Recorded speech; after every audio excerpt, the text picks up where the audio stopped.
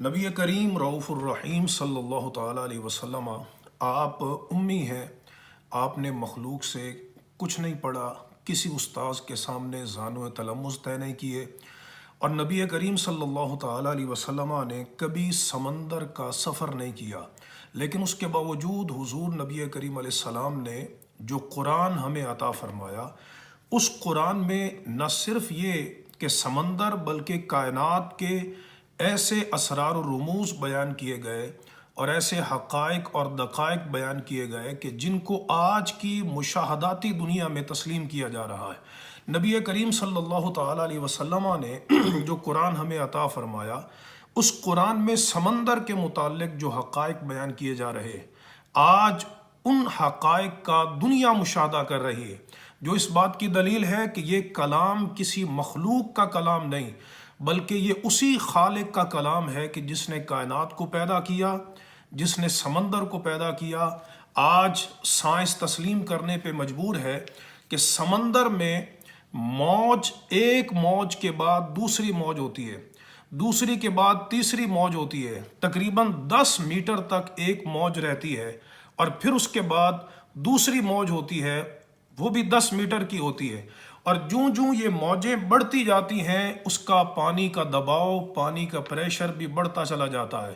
اور پھر اس کے بعد جب ہزارہا میٹر کی گہرائی میں جو موج ہوتی ہے، اس کا پریشر بہت زیادہ ہوتا ہے، اور وہاں اتنی تاریکی ہوتی ہے کہ اس تاریکی کو لفظوں میں بیان نہیں کیا جا سکتا، حتیٰ کہ وہاں پر انسان کو اپنا ہاتھ بھی دکھائی نہیں دیتا، اتنی تاریکی ہوتی ہے۔ اب دیکھیے، یہ جو حقیقت ہے، اس کو قرآن مجید فرقان حمید نے کتنے بلیغ اسلوب میں 1400 سال پہلے بیان فرما دیا۔ سورۃ النور کی آیت نمبر 40، اللہ تبارک و تعالیٰ نے ارشاد فرمایا، او کظلمات فی بحر لجی، فرمایا کہ یا گہرے اندھیرے سمندر میں تاریکیاں ہوں،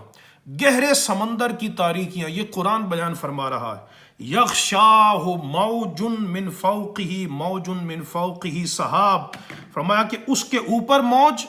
موج کے اوپر موج، اور فرمایا موج کے اوپر بادل، ظلمات بعضها فوق بعض، اور فرمایا کہ اندھیرے ہیں ایک پر ایک، یعنی وہ جس طرح موج ایک موج کے بعد دوسری موج ہے، اسی طرح تاریکیاں بڑھتی چلی جاتی ہیں۔ یہ قرآن فرماتا ہے اذا اخرج یدہ لم یکد یراہا، کہ وہ اتنی تاریکیاں ہیں کہ جب انسان اپنا ہاتھ اس میں تاریکیوں میں نکالتا ہے تو وہ اس کو دیکھ نہیں پاتا۔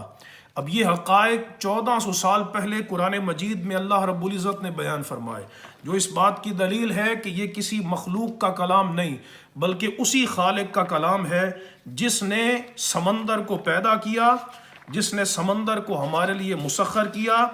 جس نے سمندر میں ہوائیں چلائیں، وَهُوَ الَّذِي سَخَّرَ لَكُمُ الْبَحْرَ، فرمایا کہ وہی ہے جس نے سمندر تمہارے لیے مسخر فرمایا ہے، اور اس میں کشتیاں جو چلنے والی ہیں وہ اسی کی زیر قدرت ہے،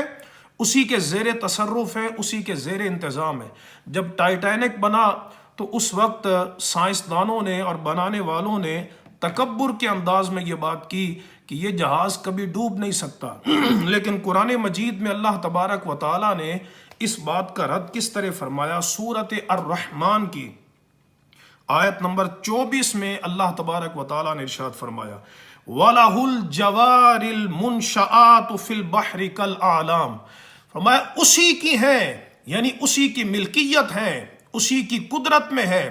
وہ ٹائٹینک جتنا بڑا جہاز ہو، وہ اللہ تبارک و تعالیٰ کی قدرت سے خارج نہیں، اسی کی ہیں۔ الجوار، وہ جو چلنے والی کشتیاں ہیں، المنشآت فی البحر، جو سمندر میں چلنے والی اٹھنے والی کشتیاں ہیں، کل اعلام، پہاڑوں کی مثل،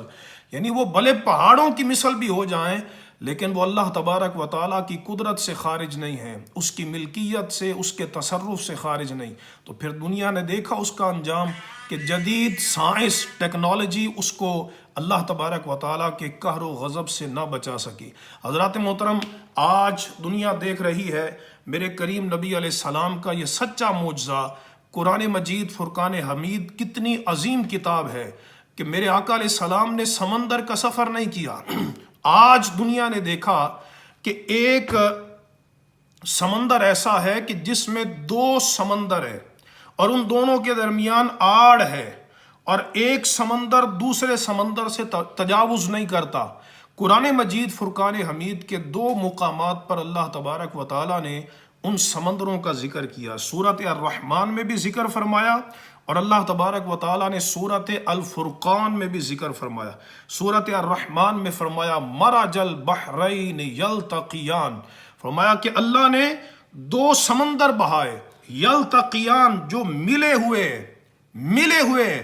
اور فرمایا بینہما برزخ، ان کے درمیان ایک آڑ ہے، لا یبغیان، جس سے وہ تجاوز نہیں کرتے۔ فَبِأَيِّ آلَاءِ رَبِّكُمَا تُكَذِّبَانِ، تو تم اپنے رب کی کون سی نعمتوں کو جھٹلاؤ گے۔ یخرج منہما اللؤلؤ والمرجان، دوسرے مقام پر سورۃ الفرقان میں اللہ نے فرمایا وَهُوَ الَّذِي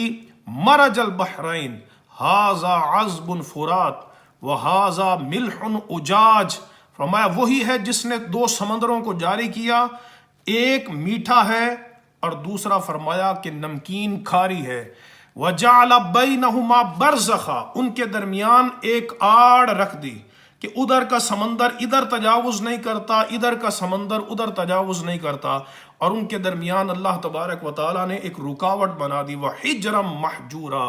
اب یہ قرآن کے حقائق اس ذات نے بیان کیے ہیں جنہوں نے کبھی سمندر کا سفر نہیں کیا، جنہوں نے کسی استاد سے پڑھا نہیں،